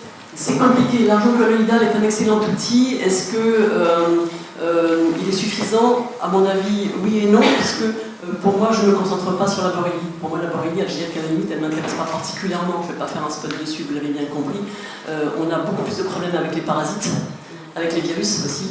Les virus qui sont injectés par exemple dans des vaccins qui vont squatter des borélies, qui vont être elles-mêmes hébergées par des parasites, il va falloir détruire tout ce petit monde. Donc c'est plus un ensemble qui va m'intéresser et je ne fais pas de fixation sur la borélie. L'argent colloïdal va servir surtout, effectivement aussi bien servir sur la candidose, donc ça sera intéressant, c'est aussi un outil Il faut savoir que l'argent colloïdal est beaucoup plus actif en sublingual, 90% de l'absorption se fait en sublingual, 50% dans l'estomac, 10% dans l'intestin. Donc on n'a pas intérêt à prendre son argent colloïdal comme on appellerait du coca, d'ailleurs le coca on l'oublie, mais on a intérêt vraiment à le garder 3 minutes en sublingual pour avoir une bonne action. Effectivement, cet argent colloïdal va se déposer un peu dans le cerveau, un peu dans les reins, un peu dans l'œil. Si on met des gouttes d'argent colloïdal, on risque d'avoir des dépôts sur la rétine, donc toujours prudence. Mais il faut quand même insister sur des mois et des mois et des mois. J'en ai pris pendant 18 mois, l'argent colloïdal. Ça m'a indéniablement aidé. Je pense que ça a plus joué sur ma candidose qu'autre chose.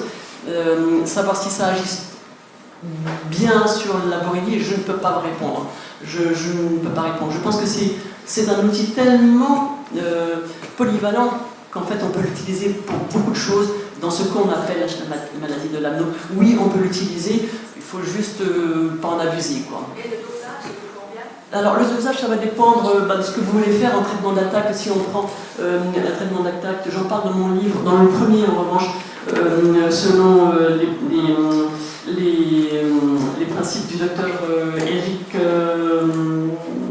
son nom de famille, aux États-Unis, un docteur en homéopathie, en ostéopathie.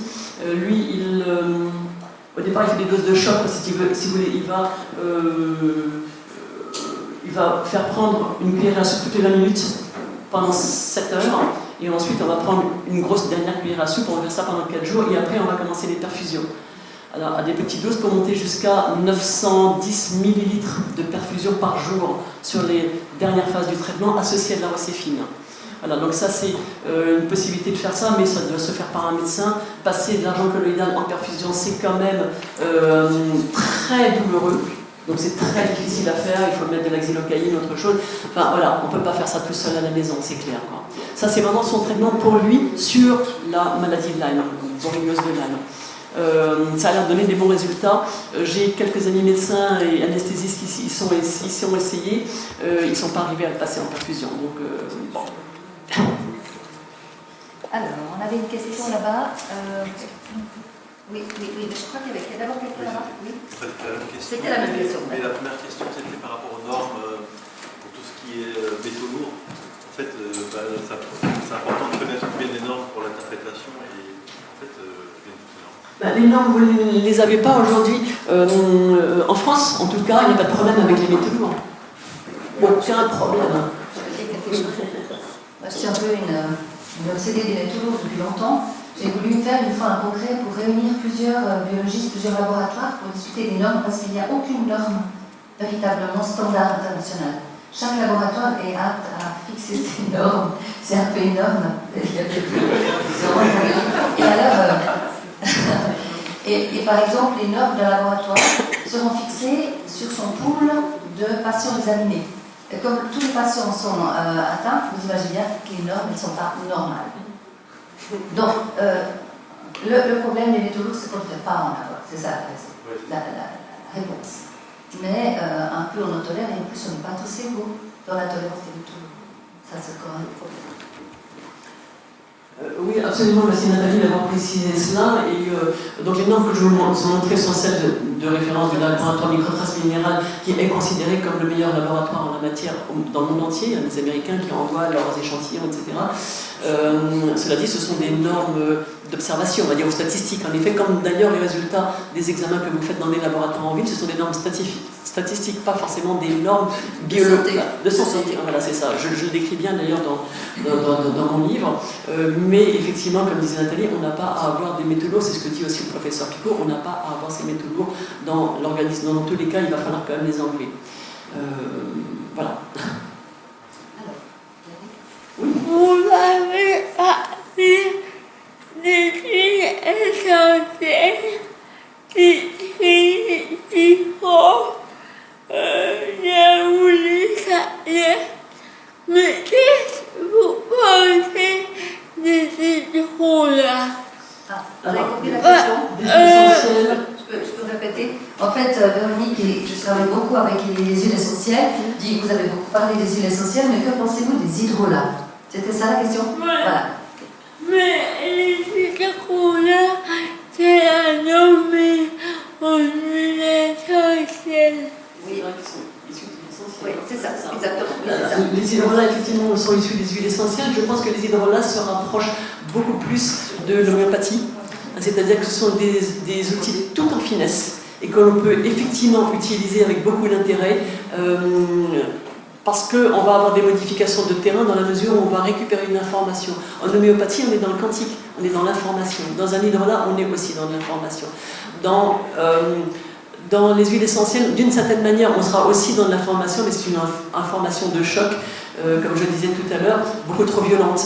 D'ailleurs, en chromatothérapie, puisque j'ai fait aussi une formation de chromatothérapie avec le docteur Agrapar à Paris, qui est un grand expert en traitement par les couleurs, il associe les huiles essentielles, les fréquences des huiles essentielles avec certaines couleurs. Le jaune avec telle huile essentielle, le rouge avec telle huile essentielle. Donc on a des longueurs d'onde, donc des fréquences qui sont comparables. Donc lors qu'on utilise ce genre d'outil, il faut savoir si on utilise quelque chose de très en finesse et ne pas mélanger avec autre chose. Ou alors faire en alternance, mais ce n'est pas les deux ensemble en tout cas. Mais oui, absolument, on peut utiliser aussi les hydrolats. Alors, Merci pour la question. Une question, si on a une, sinon on ne passe pas la pause. Voilà. Par rapport aux produits laitiers, une personne qui est intolérante ou allergique aux produits laitiers, elle ne le sait pas nécessairement, hein, ça a une grosse influence sur le microbiote. Et qu'est-ce que vous en pensez Là, On a entendu le problème des produits laitiers, intolérance et microbiote. et microbiote. C'est une très bonne question et c'est d'ailleurs le sujet, je dirais, de choix pour Natasha Campbell. Alors, le livre de Natasha Campbell, c'est un gros livre comme ça que j'ai relu 20 fois, qui est complètement gribouillé, surligné. C'est un outil de travail aujourd'hui avec des post-it partout. Pour moi, c'est vraiment la référence de chez la référence. Qu'est-ce qu'elle dit par rapport aux produits laitiers? Et je l'ai vécu aussi. Les produits laitiers, on a deux problèmes. On a la caséine du lait, qui est une protéine, et on a le lactose, qui est du sucre.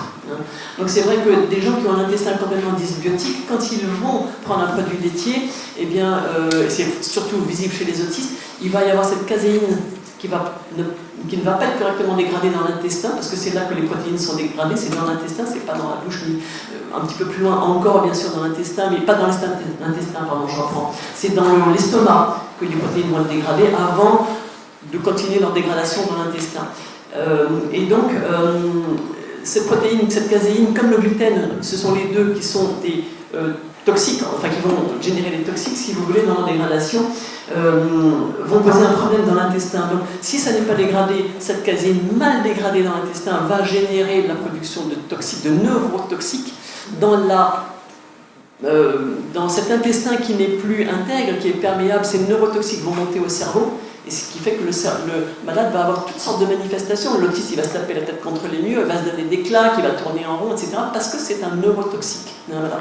Donc on a ce problème-là, donc il faut absolument permettre de nouveau à la personne de redigérer. Donc on va apporter des enzymes, on va apporter de l'acide chlorhydrique, entre guillemets, hein, la bétaïne HCl dans l'estomac pour pouvoir réacidifier le milieu de l'estomac, pour pouvoir mieux digérer les protéines, de façon à ce qu'elles soient correctement dégradées. Mais dans un premier temps, on va supprimer bien évidemment les laitages à cause de cette caséine qui ne peut pas, dans un premier temps, être dégradée. Deuxième chose, c'est le lactose. Lactose égale sucre. Donc là, vous avez tout compris, on a un problème. Donc l'idée, c'est d'éliminer le lait, toute forme de laitage. C'est même pas une question de lait de vache ou de lait de brebis ou de quoi que ce soit, c'est éliminer totalement, supprimer totalement le lait pendant plusieurs mois, 3 mois, 6 mois, selon les cas, voire davantage. Et puis de le reprendre sous forme. Pendant ce temps-là, on traite naturellement la personne, on traite l'intestin, on répare, on essaie de commencer à réparer la barrière intestinale, c'est plus ou moins long en fonction de l'état de chacun, c'est du cas par cas, on ne peut pas avoir le protocole établi une bonne fois pour toutes pour 8 milliards d'habitants, c'est pas possible. Et quand on commence à suspecter que l'intestin a déjà été un peu réparé, on va pouvoir réintroduire le lait, mais sous forme fermentée, c'est-à-dire les yaourts longue fermentation qui sont donc fermentés pendant 24 heures dans votre yaourtière ou éventuellement un thermos dans lequel vous avez fait votre préparation à base de lait yaourt, nature, bio, plus Déméter, voilà. Vous avez fait votre préparation, vous mettez dans votre yaourtière ou votre bouteille thermos, la bouteille thermos enroulée dans une couverture et mise dans un placard, donc ça va se garder en température et baisser tout doucement pendant 24 heures en température, donc vous aurez votre yaourt le lendemain qui sera parfait. Si vous n'avez pas de yaourtière, ça marche très très bien. C'est pas la peine de se compliquer la tête avec des yaourtières qui coûtent très cher, qui sont de véritables Airbus. Aujourd'hui, il faut piloter les écrans et tout. Faisons simple. Et voilà. Et donc là, on va réintroduire les yaourts longue fermentation à raison d'une cuillerée à café. On regarde ce qui se passe. Est-ce que tout d'un coup, la personne sent quelque chose, ça s'enflamme de partout ou pas? En fonction de la réponse du corps, qu'il faut écouter, observer et écouter, eh bien, on saura si on peut continuer à augmenter la semaine suivante une deuxième cuillerée à café et puis une troisième cuillerée à café de semaine en semaine, ou si on va encore arrêter et reporter ça à 1 mois, 3 mois plus tard. Voilà. Ok, je crois qu'on va, à moins qu'il y ait une ultime, mais on devrait plutôt aller à la pause. C'est une toute petite. Toute petite. Toute petite. Vous parlez pas du petit lait. Le petit lait peut être intéressant également parce que ça va être une source très importante de probiotiques, mais c'est pareil, à réintroduire après une phase d'éviction. Mais vous avez raison, et ce petit lait, on peut l'utiliser également dans les lavements. Parce qu'on va du coup. Il a plus justement la caféine. Oui, absolument, absolument. Et vous pouvez l'utiliser dans les lavements pour rapporter des probiotiques vivants dans le côlon. Alors ça peut être tout à fait intéressant, vous avez tout à fait raison. Merci. Merci pour vos questions. Petit lait.